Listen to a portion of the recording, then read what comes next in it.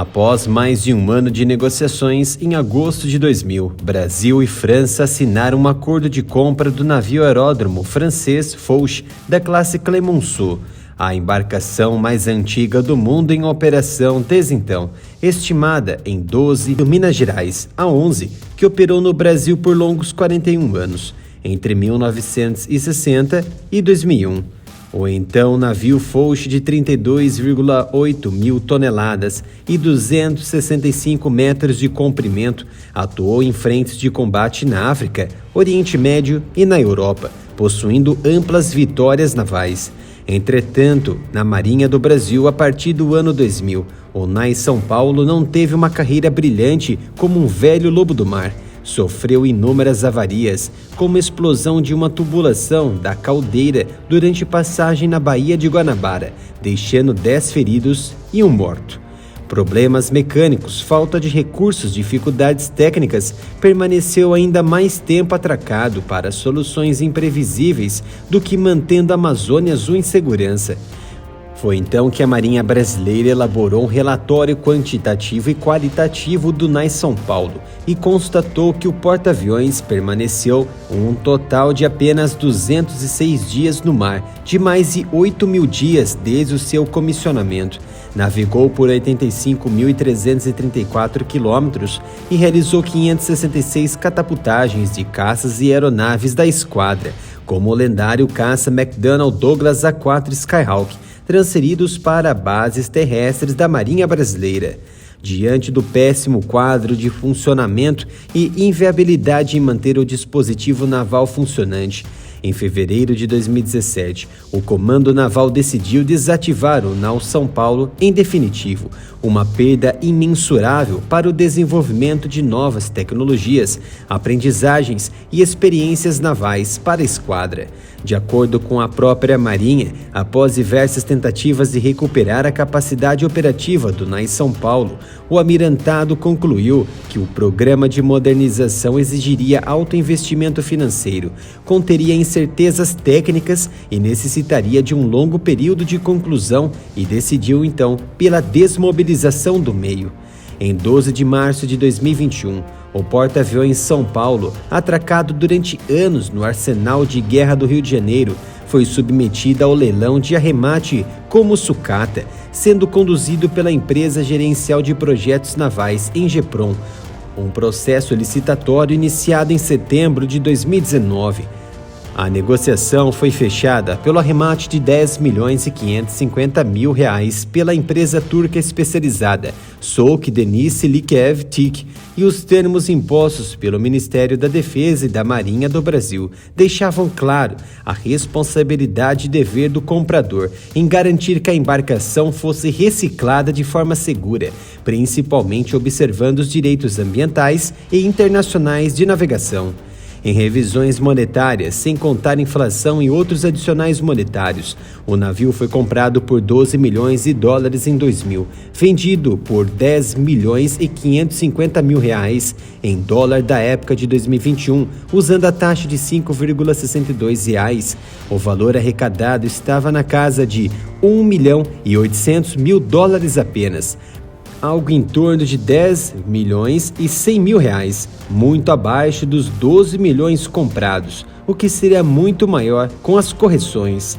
Impulsionado por um rebocador holandês, Alpcentre, o porta-aviões São Paulo zarpou do Rio de Janeiro em 4 de agosto deste ano para o estaleiro turco especializado em desmantelamento de navios da Souk Deniz Likev, em Aliağa, no extremo oeste da Turquia, no Mar Egeu. O Instituto São Paulo Foch no Brasil tentou impedir o NAI São Paulo seguisse para a Turquia para ser sucateado como uma embarcação sem identidade, sem passado, sem batalhas travadas e conquistas, tentando transformá-lo em um museu naval, porém sem sucesso.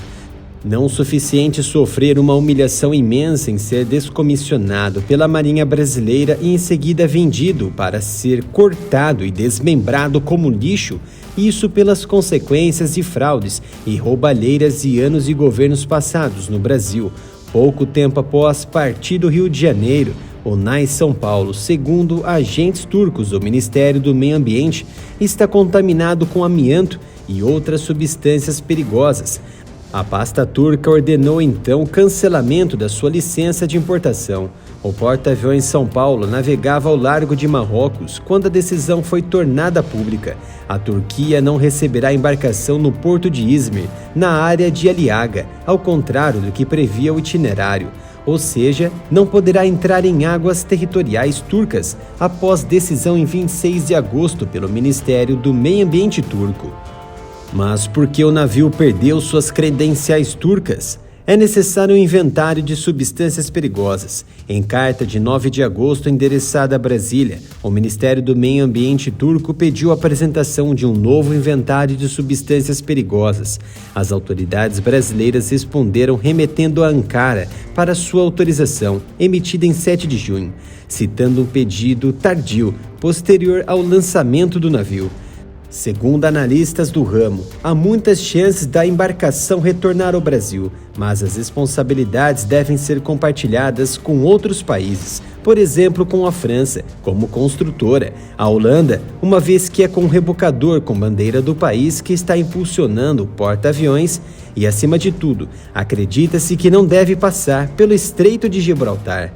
Mas por que não seguirá pelo Estreito? De acordo com o plano de reboque apresentado pelo IBAMA, o movimento transfronteiriço do São Paulo, do Brasil para a Turquia, passará pelo Estreito de Gibraltar e assim percorrerá as águas territoriais da Espanha, Reino Unido e ou Marrocos. De acordo com a Convenção da Basileia, todos os estados de trânsito devem ser notificados e dar seu consentimento antes que a exportação possa começar. No entanto, na correspondência entre as ONGs e o IBAMA, foi incorretamente afirmado pelo IBAMA que a notificação prévia aos estados de trânsito não era necessária se o navio não parasse em um porto. Atualmente, o navio está na direção de Marrocos. As definições da Convenção da Basileia esclarecem que o trânsito inclui a passagem pelas águas territoriais. Assim, dependendo da rota escolhida, Espanha, Marrocos, Reino Unido, Malta, Itália e Tunísia deveriam ter sido notificados e seu consentimento deveria ter sido recebido antes da partida. A falha em fazer isso torna essa exportação de tráfego ilegal sob a Convenção. Sem essa notificação, Espanha, Marrocos e Reino Unido devem negar a passagem. Desde o início do mês, uma mobilização da sociedade civil vem tentando alertar as autoridades francesas e turcas para a ilegalidade da transferência da embarcação militar, renomeada para a ocasião como o Navio da Morte. Várias ONGs internacionais especializadas chamaram a atenção em particular para o perigo que o desmantelamento poderia representar, por circular notícia da presença de amianto e outros produtos no navio. Com certeza, a ocasião do evento aliviou os corações daqueles que possuem afetos pela maior embarcação do Brasil. Um almirante turco já havia analisado o fato e era avesso ao sucateamento, e até sugeriu transformar o São Paulo em navio de treinamento para a Marinha Turca, o que seria inviável em decorrência das cláusulas de venda do porta-aviões. Até que o fim do NAI São Paulo não seja estabelecido, o meio de processo está aí, paralisado e aguardando um desfecho que não seja o desmembramento de um dispositivo naval que se tornou figura importante na dissuasão da Marinha do Brasil frente ao cenário energético, territorial, político e bélico na América do Sul. Gostou do vídeo? Para continuarmos com o trabalho, conto com a sua colaboração se inscrevendo no canal e ativando o sino de notificação. E não se esqueça de seguir o canal no Twitter e no Instagram, pela @AreaMilitarOff. Conto com a sua colaboração, se possível, doando qualquer valor para a nossa chave Pix, canal areamilitaroff@gmail.com.